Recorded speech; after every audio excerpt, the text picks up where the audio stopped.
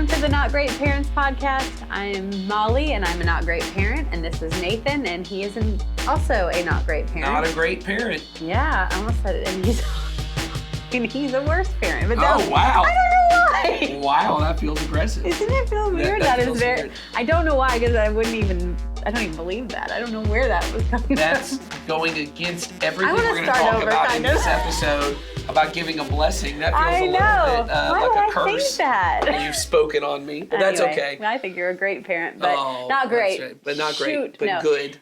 We think he's a good parent. So Yeah. you may wonder why we say that we are not great parents, and Nathan is a really not great parent. We wonder why we call ourselves not great parents and why Nathan is a horrible, This is terrible. Can we start over? very bad parent. No, this is good. People like this. I promise you this. There are people who watch this podcast, and in particular, they watch it for me. Yeah. This is their favorite episode. This is their favorite episode. This is their favorite episode that's ever happened. So. Well, we say that we're not great parents because we don't want to be great parents. Correct. So maybe you get an extra star next year then. But we say that we don't want to be great parents because the world defines greatness for us. The world Yes. says that we should be successful and have a Yes. lot of money and all the experiences in the world and have a super special skill or thing Yes. that defines us. And Yes. the world also says that as parents, we should do that for our children, help Yes. them achieve that, get to that. But we, as Jesus lovers and followers, we know that we want to be moving our family and our children and ourselves toward the life that He has said is good. Yes. And that may have some of those things, we say, that some of the things that the world's greatness defines, but really that isn't our top priority. Right. Our top priority is to be focused on God's goodness. So Right. we don't want to be great parents. Nope. We We want to be good parents. And I think in particular, when what we're talking about right now in this series, we've been in it since the beginning of the year, is this idea of family matters. Right. And not just that great theme song and great sitcom Yes. from that, which I can't do because my voice is all scratchy I right now. can't do it But because I just can't do it. you can't do it. But really the idea of why do families matter? Why did God put us in families? Right. And we've been talking about lots of different reasons. It's a model for life in the church. Sure. We're actually going to come back to that in a few episodes. But one of the ways that it's a model for the church is this idea of instilling within us an identity in God's kingdom, Right. right? And in God's family and Right. life with God. And we spent a lot of episodes kind of talking about this idea of being kind of confident in my identity as a dearly loved child of God. And that starts with knowing I'm a dearly, for me, a dearly loved child of Ed and Becky. Right. Right? That the specificity of these two people love me and they are for me helps me to accept the love of God Right. for me. But it's also true, and this is kind of where we're going in this episode and where we're going to kind of go the next couple episodes, is this idea of even beyond knowing I'm loved, knowing that I have a future, Right. knowing that I have a place and identity in God's kingdom, that I'm not just like a mindless drone, a robot that kind of exists and I'm the same as everyone else, knowing that I have a special, unique purpose in God's kingdom. That He designed and put into me Yes. so that I can be part of His kingdom. Yes. And that is not just something that comes from God. It comes from God, but it comes from God through people to me. That the way that gets communicated, obviously, and I hear people say this all the time, that like, if you want to hear God's words, and this is not me criticizing or saying this isn't true, you just open up the Bible and you find there are lots of great verses in there say how God feels about you. Yes. But there's also something incredibly powerful. I'm not going to open up and go to, Psalm 62 and open it up and have see this moment. Well, and it's going to say Nathan Martin has been uniquely gifted to. It's not going to say that because that's not the way it works. But I might have people in my life who, being informed by the scriptures, having lived a life with God, and having known me, could go, I know Jesus. I know the heart of Jesus. And I see in you This part. yeah, this part of what it means to follow God in you, this specific way He's gifted you. And that becomes this blessing that a parent, hopefully, gives to their child. And the truth is, many of us never got the blessing of our parents' approval or our parents' calling on our lives. And Right. we've spent most of our life Trying to figure it out, right? well, and trying to get our parents' approval. Right. Some of the most anxious adults I know, when you get down to it, I know it's the joke about what happens in counseling of, oh, you're going to talk to me about my mom. We all got screwed up by our parents. But I don't even mean about something specific that happened. There's a lot of, I just really wish my dad would say he was proud of me. Yes. I really wish they would say, you're a good man. Right. My mom would say, Or hey, I you're wish- a great mother. You're a great wife, or you're a great woman, Right. I wish they just would have seen something in me that maybe they Yes. did, but they never said it to me. Yes, and And I have often, no idea if they thought that or not. often it's so difficult for us to speak the words we want to speak to our kids. And sometimes it's harder when no one spoke those words to us. Right. But as parents, we have to find a way to give to our children the blessing. Right. And the blessing they need is to know what we've already said. You're loved and approved by me. But also there's this calling that God has for your life. And I can see that in you. And we're really going to be kind of centering this conversation around this book written by Gary Smalley and John Trent, who are, I believe they're family psychologists, but they're also believers. They wrote this book, I don't know, 35, 40 years ago at this point. It's been a minute. It's called, this edition I have is called The Blessing. But There's an edition called The Gift. I think right? there's a newer edition called The Gift. And This is an older version. this is from 1990. and it looks like it. It does look old. And we're going to be talking through these elements that even now 40 years later people are still reading. And I remember when my wife read the book, she read it before I did, about 7-8 years ago, and it was revelatory for her. I mean, there were things that she read and it was like a blessing as it's described there. It was living water to her soul. It was, this is what I needed. And the book is really centered from, if you didn't get this blessing from your parents, how do you get that from God? Right. But we're on the front end of this. Right. Which is, we can do this right for our kids. And so we want to talk about, how do we get this right?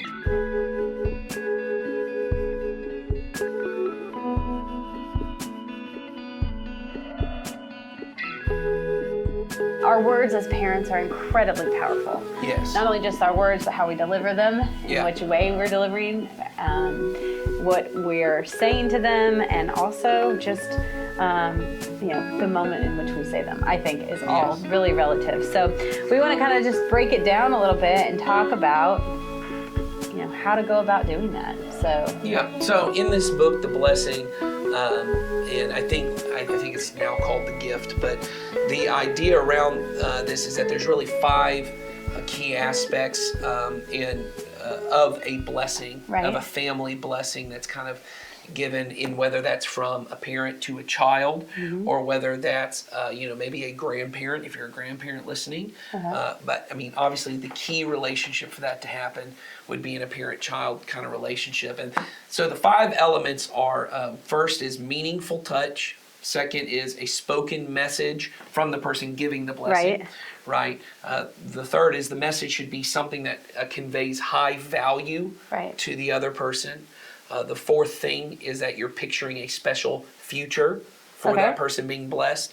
And the fifth thing is it's then an active commitment to that person of, hey, I'm here for you no matter what. Okay, so it looks like I'm going to speak something into somebody else. Yes. Because I love them and Yeah. because I value them. Right. In a way that is both written and there's nonverbal Right. that goes along with it, that speaks some sort of future with them, and that I will be alongside them Right. along the way. Yeah, so I would try and think of it this way, and we'll break down each of those steps. Okay. But I think the first thing I would say is to try and get in people's minds what we're talking about. And we've lost this to some degree in our culture, is these ideas of rites of passage. And we talk about this a lot in our family ministry of trying to help even families within our church kind of have these almost like, we call them milestones often. But really when we first started talking about this 8-9 years ago, we were talking about these ideas of rites of passage. And probably the one that's probably both most clear and probably vaguest to most of us, but I think everyone has a kind of cultural idea around, is like a bat mitzvah, right? A bar or bat mitzvah, right? Yes. Is this idea of there's this moment where you've put some work in, right? Or I'll also say this, I've been to two of these now.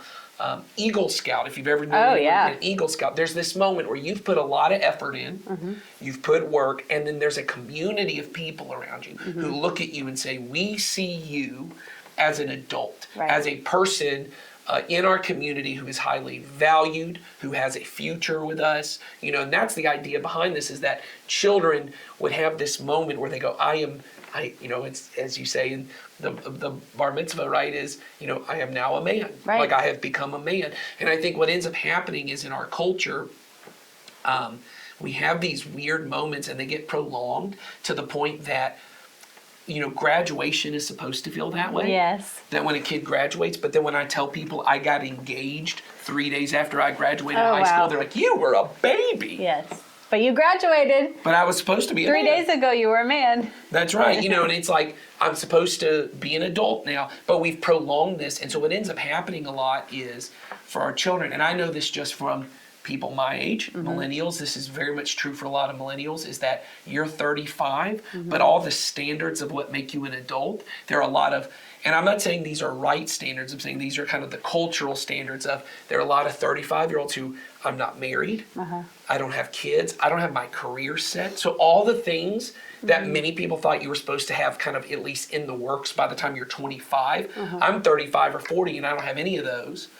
Maybe I don't even feel like am I a valuable person in our culture? Our culture is, because we're so individualistic, people live with a lot of identitylessness. That's a long way to say it. Identity crisis? Identity crisis. There you go. Yeah. Maybe.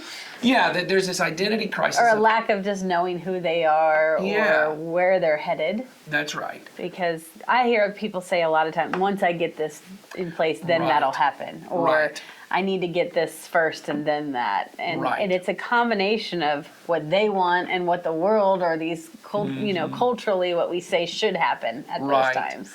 And so I think if we could kind of reinstill in our own way these rites of passage that our kids go through in our own families, where there's these moments where I sit with my 12-year-old or my 13-year-old, and I have this moment where I say, hey, you're growing up, It's time to talk about the birds and the bees. Well, I will say this, I actually, I don't know why I know, went I down get- that road. Well, but I will say this, in my family, that was a thing. We had 3 boys. There Right. that was a rite of passage within your family. We already had the birds and the bees, the Right, the mechanical. how to. Yes. I mean, I was probably 5 or 6 when we Yes, were in a yeah. science class. We were homeschooled too, so it was my mom, teaching us the mechanics of this is what actually Yes. happens.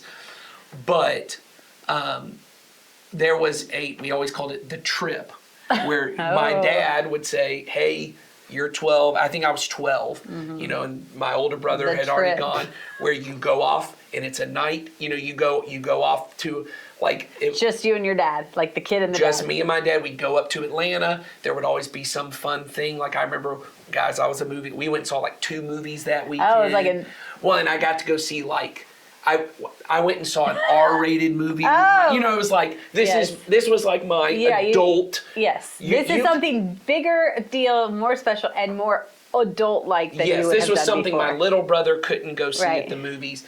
And then there was a conversation. It wasn't like mechanics. It was hey, here's how to be a Christian man. Yeah. And one of the biggest, and there were lots of conversations we had, but obviously the one that was the bigger talk was things around pornography and things around that of these are things that you may struggle with. Yeah, responsibility around things. And there was this moment where at the end of it was, and you can always talk to me about this no matter what you do. I will always love you. You don't ever have to be ashamed. Right.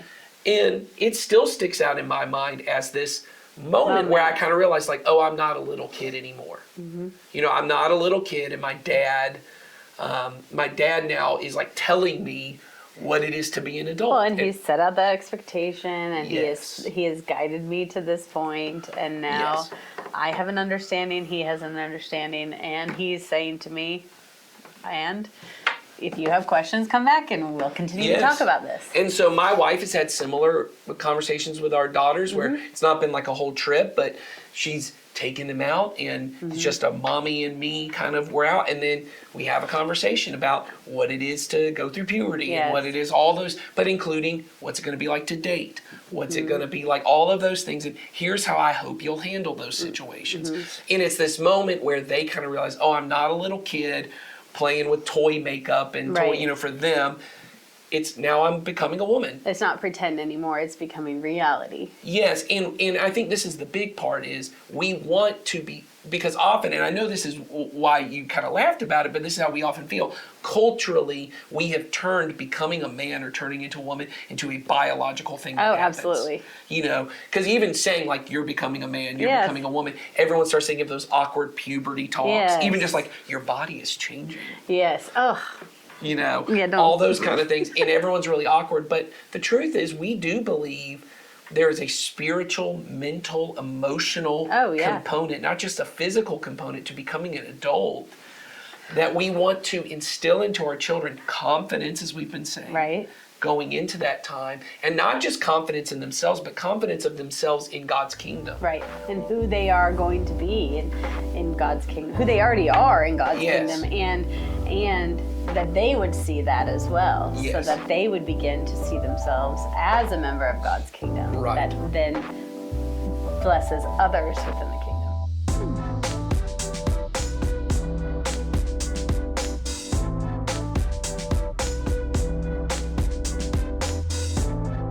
So I would say to parents who are listening, all these elements of the blessing should be things that are just commonplace in your home, as we're going to talk through them. But I also would like to say there probably should be, and maybe you, and hopefully, if it's you and your spouse, or if you're a single parent, you would put some genuine thought into how can I have a moment, especially as my kids entering those 12 to 13, 14 years, right, where I sit down and I give them, there's a moment, and maybe it's a special trip, or maybe it's a special, meal, and we all sit together, and there's a moment where me as the parent, right, can sit, or maybe it's both parents, just depends on what works for you guys. There is this moment where the blessing kind of happens in a more formal way. It should be happening frequently, but there is a benefit to ceremony. Molly, for those who don't know, loves ceremony. I do. And loves to make, and I think that actually is a really important gift that Molly brings to our team, is there is a thing of ceremony. It helps things stick out in my mind a little bit more. One that was maybe not the best, I think it was good intentions, wasn't the best. When I was 13, we had a purity banquet at the church. Yes, well intended. It probably sticks out in your mind in some way. But I can remember everything. I can remember what I was wearing, because we all had to get dressed up for it. It was like a little mini prom or something was kind of the idea behind it. It was like it was very much intended to be like a sexless prom. It's like everyone gets dressed up and goes to the church and never has sex. And promise I'm never having sex. Even if I'm married. No hotel rooms after that. That's right. Even once I'm married, we don't have sex. Yes, purity forever. It was very well intentioned, but the way it all went about was probably not the best way. Wasn't as great. Yeah,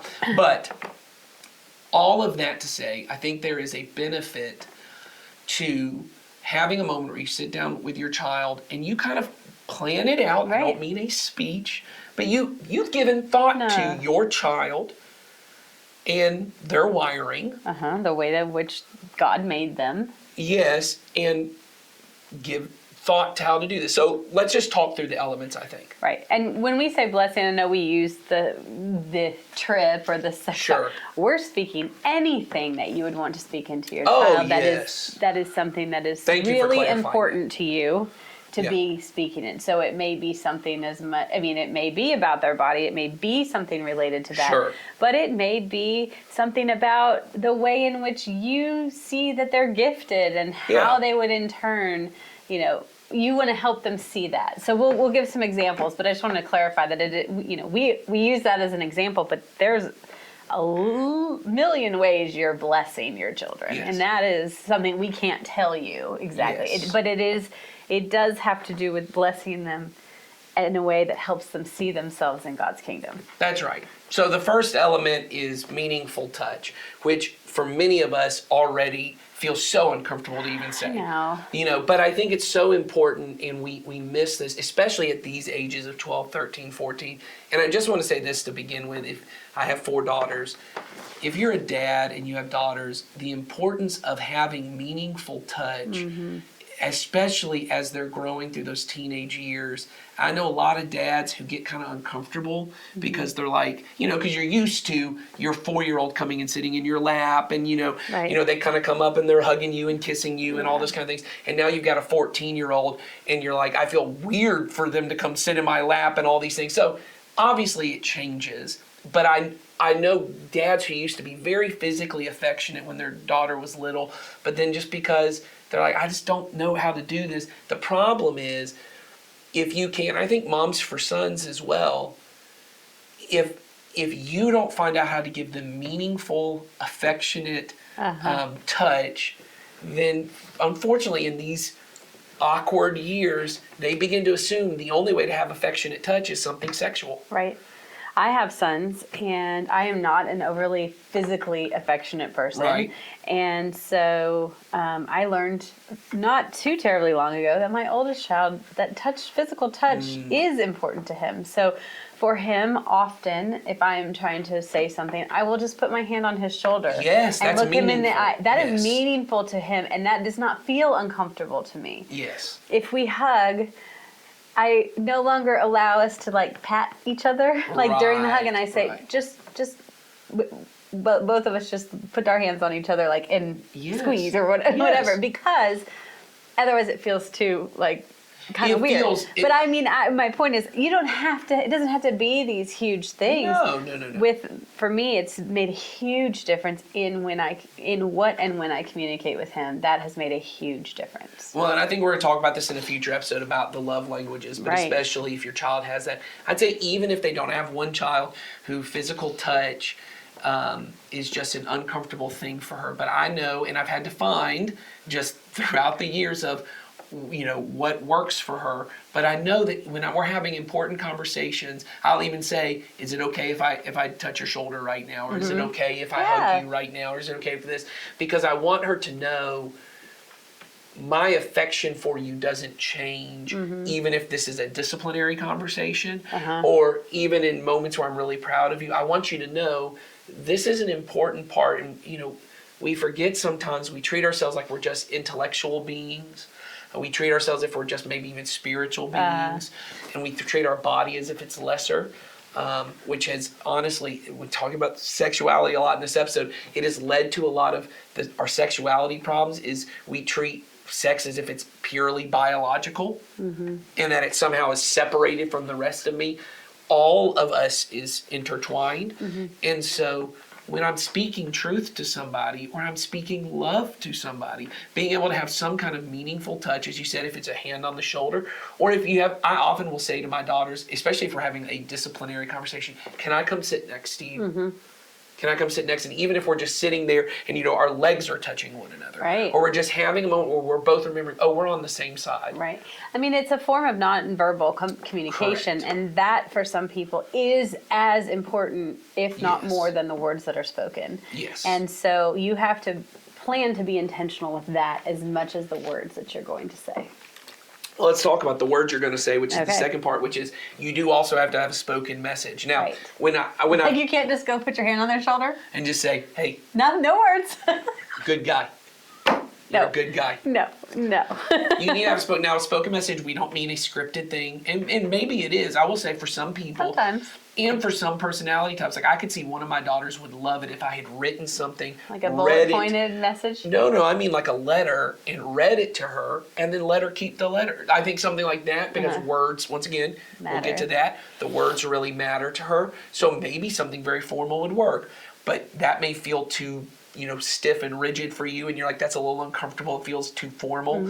So we don't mean that. What we mean is that you have a moment where you sit with your child and you say, and then what's coming in the next 3 are what the spoken message is. Right. Okay. So the next one is you speak the high value of the person. So when Right. you start, you say, hey, I just want you to know you, and I don't, these are things we feel, but we don't always know how to say.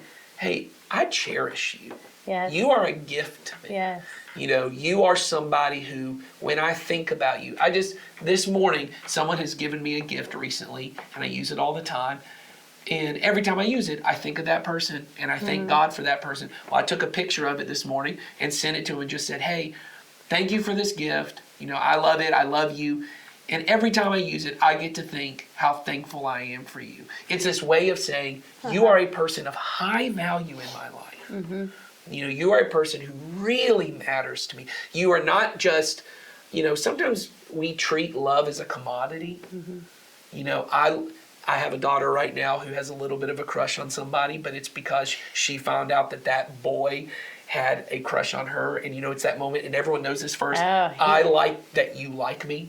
You make me feel special. Yes. Because you like me. And you could like anybody in this room, but you like me. Yes, and I didn't say this to her, but in that way, love becomes very transactional. Oh, yes. I think we talked about that before, too. In that it becomes, as long as you like me and I like you, isn't it lovely to be loved? It's like that. It's like, it's nice to be nice. To be loved. Yes. And so it's like, we're both being nice as long as that works, but there's a difference to saying you're this treasure. You are this thing that I'm so thankful for you, and that you matter so much to me. And those words like precious and treasure, and those things convey that to people. I think being specific is incredibly important. And I had a teacher back in, a long time ago, but in my senior year of high school, she was a literature teacher. And one of the things that she did, she had all these adjectives written on her wall, and I'm talking thousands. Oh, wow. She had white paper all over her wall, and then she just scripted different adjectives all over her wall. And every time we turned in a big assignment, we would have a ceremony for it, and she's like my perfect teacher in my mind. This is totally making sense as to why I'm using People don't know that the 6th love language, and it's only for Molly, is centerpieces. Yes. Centerpieces are a certain love language. Yes, that is true. Well, so her name was Miss Vandervoort, and she would put on this graduation cap and gown, and she would hold your paper, your presentation, and she would say, this was Molly's paper, and she wouldn't talk about your grade. She would say, and these are 2 or 3 things that really stick out about this paper, and then she would connect it back to who you were as a person. Right. And you can see Molly's, X, Y, or Z come out in this paper, and nobody's were the same. That's great. And she spoke that into us each time. Yes. And then she did it. So I would say we had, I don't know, at least once a quarter, if not more, we had some sort of ceremony. And every paper, she never wrote excellent at the top of it. It was always some other great adjective. But I mean, I still know some of them in my brain, And she spoke that into us. And she often would say, that that would continue throughout your life, that those words would probably stick with you throughout your life, and they do. But what was so cool is it was never generalized. It was never good job. It was a building into us and a projection for how we could do better in the future.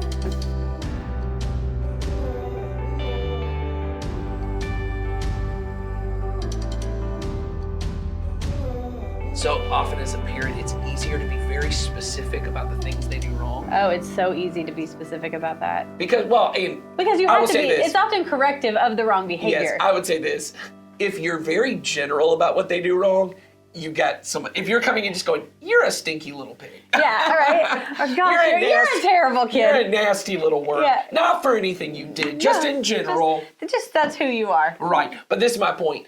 Obviously, I really hope none of us are general with our negative things we say, because we're saying something very specific. And I will say, I've got to come in and correct, you didn't clean something up off on the floor. But often we're frustrated, so we go, why don't you ever clean it? You're such a slob. Yeah, or we do say, you're such a slobber. Oh, you don't ever do your work. You're so lazy. You're whatever. And obviously those things, not good. We don't want to say it. But even if there are things that need to be said, hey, I really need you're not cleaning your room. You need to do this. It's very specific. And then we're very general with our praise, which is, hey, I love you. You're a great kid. You do, I'm so proud of you, which are all good things that should be said.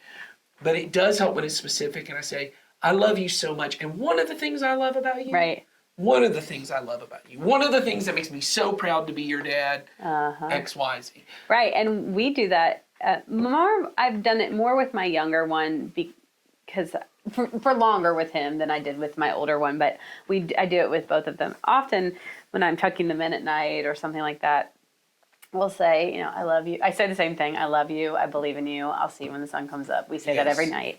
But often we'll play basically the I love you game. Right. They call it that. But we don't just say I love you. You have to say something specific as to why. And it can't be I love you because you're nice. Right. It could be I love that you did this today. Sure. It could be I loved when I saw you be kind to somebody else. Right. It is, or it could be I love that when you were upset about something, you chose joy instead of the feelings that you had. And so, but for them to hear me say that I recognize them in those moments, and then as a parent to hear them say some of those things too, is actually, it's not always rewarding because, sometimes it doesn't come out that way. But it is important that I'm saying those things. With my older one, I try to do it much more in the moment because I feel like if I don't do it, I'll miss the moment sometimes. But those are other ways to kind of just be specific. So I think being specific on that is good. The next part that also is helpful, and maybe you don't have to be as specific on this, but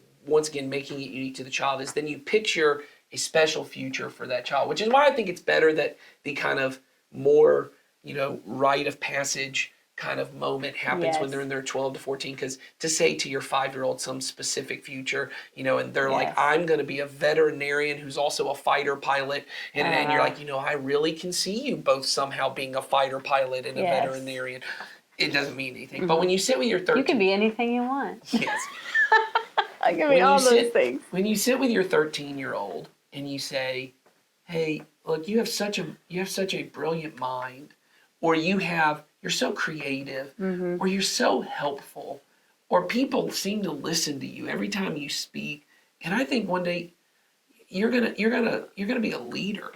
I regularly say to my girls, especially in times where we're having disciplinary kind of conversations where something has not gone right, and I will say to them, hey, I know today didn't go. Normally after I've done a correction, I try to sit with them and go, hey, I want you to know that even though I'm disappointed in the way you handled this, or I'm frustrated by the way you handled this, I want you to know, I still think you are smart and capable.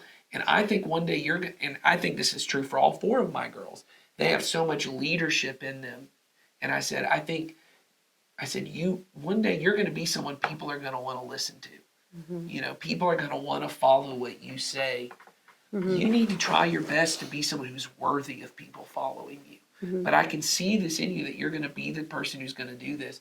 Being able to outline for them, I see this in you. That's a huge thing. And I think any of us, adults, hopefully all of us at some point have had somebody speak into us and say, this is where I see things going for you. I talked before we filmed about this idea of calling. Often every believer at some point, God calls us to something, and I don't mean to a job or a career.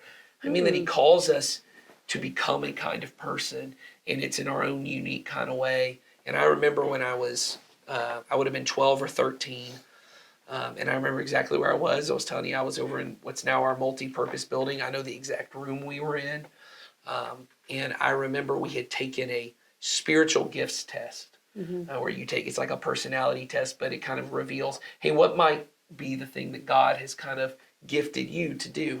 And there was a small group leader at the time named Billy, and he, not Billy Bill C though, for those of you who are a long time, not Billy Bill C. No. He was also a leader of mine at one point, but here. Not that Billy. And he said, because I had been given the gift of prophecy is what it said. Okay. And I said, does that mean I can see the future?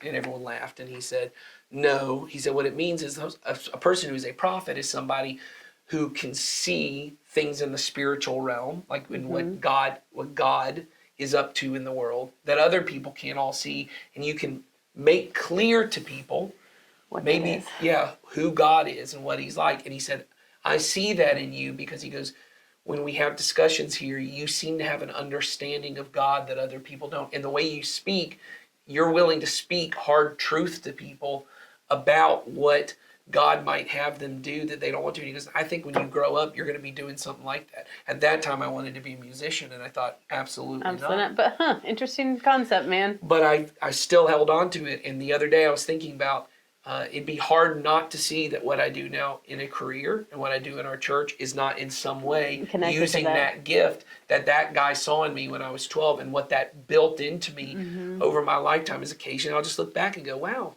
I guess I am really doing that. Yeah.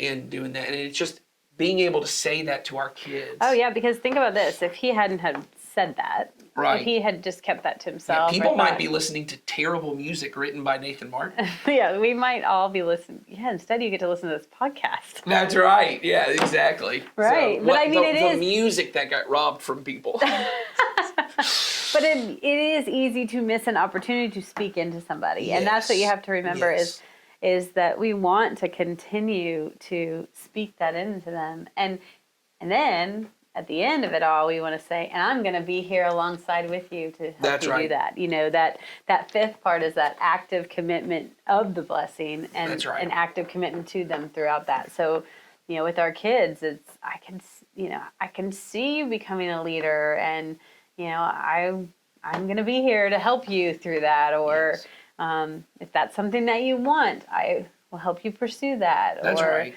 You know, or just be there. I'm going to be there to celebrate you in that. That's and right. All those different things, that matters. Yes, that I think you are there too. I think being able to tie what you see in the future to what they're doing now, and I don't mean necessarily that you need to speak into the future and feel like I have this confidence of who my kid's going to become. But I think you can look at who they are now and say, if you let that continue to develop, if you let God develop that, once again, the positive things, right, that you're looking at, you say, you're always looking. I have one daughter who she hates when anyone is left out or anyone is picked on. Being able to say to her, you know, if you grow up and you'll let God use that, I could see you being someone who really looks out for the poor, or looks out for people who are oppressed, or really takes a stand against injustice in the name of Jesus. I can see you doing that, being able to speak that into our kids. And even if that's not what develops, we trust God's going to develop something else. But it's giving them a vision for their future that is not social media influencer. You know what I mean? Good. Because everyone else, or it's not something that's going to require a $100,000 student loan. You know, because everything that's getting kind of thrown at them is this big thing. Is this greatness thing. We want to speak the goodness of God into them because they are being spoken the other things. Right. You know, they are being spoken into that, hey, your best bet is to try and, you know, get people to pay attention on TikTok or get them to pay attention to your body. Right. And God has, you know, designed us all with these things. Yes. And we don't always see them. That's right. And so as parents, we, you know, our commitment to God and to our children is to help them see those things. That's right. And so that requires us to speak those things into them. That requires us to come alongside them. That requires us to steer them toward those things, because there's a place for everybody in God's kingdom to utilize those gifts that He's intentionally put inside of us. And so I think, as we're being practical, I think the next step on this is if you've got kids in that 12, 13, 14, I'd even say if they're older, 15 or 16, and you just kind of missed that window, for you to still be able to say, hey, let's maybe have a dinner. Let's have a trip. And maybe it's just one-on-one parent, or maybe you get both parents to do it. Maybe you even bring in some people. Maybe you bring in their small group leader. Maybe you bring in grandparents. You bring in other significant adults to speak into this. I will say this. Bring in adults. This is to give them a spiritual blessing.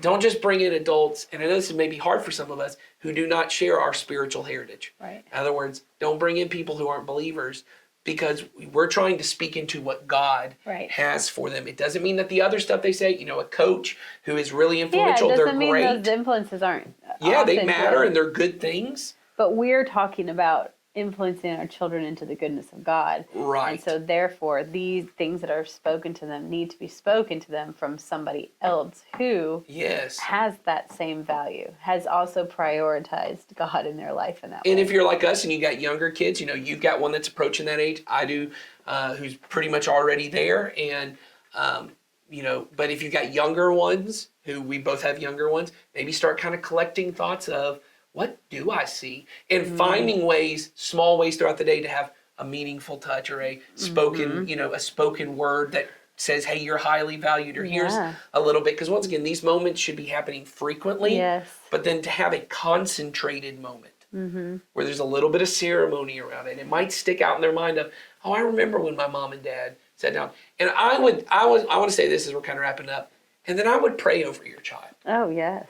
Have a moment, and once again, meaningful touch.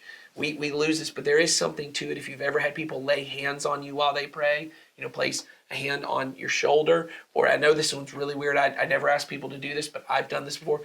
Placing a hand on the head. And that one feels really weird because if you don't know the person, they're like, why is your hand on my head or my face or, whatever this is. But there is the face might be a little much for me. There's something in that. Yeah, no, don't breathe. Don't breathe. Smother their nose. Or hold their cheek. But there is something to, I will say honestly, for your child, there is something special. I've done this before where with my daughters, I'll get face to face with them and I'll place my head, my forehead on their head and my hands on the sides of their cheek. Yeah. And there's something very intimate and special, and it sticks out in your mind as I'm praying over you and I'm praying over your future and I'm praying this commitment to you. Man, there's something powerful. Oh, yeah. And obviously this has to be a life. One moment's not going to fix everything. And don't run up and just grab their face and pray real quick and that's it. Okay, we're good. But these are various things that combined make a huge difference. And we want to do this frequently. It won't be weird if you're doing it frequently and in lots of ways. If you're just, going, okay, all the way to the end. Yes. And doing some huge thing that feels very strange, that would be, your kids will probably remember it, but it may not have the impact that you want it to have. And so, we do want this to be frequent things. But then, yes, there are things that need to be almost ceremonial and intentional for some kids at different ages. So we hope this is helpful to you all. Yeah. I know that, it's just something that is easy to get out of being intentional about. We think we do it. We thought we did it. We maybe hoped we did it. But really, speaking blessings and gifts over our children is hugely important in helping them be confident in who they are and in God. So we hope this is helpful. If you have questions, comments, anything you want to say to us, just say hello. There's a link in the show notes at the bottom. And you are welcome to use that. We want to hear from you. So otherwise, we will see you next week. Have a good week. Take care. Right. I know. Can you believe it?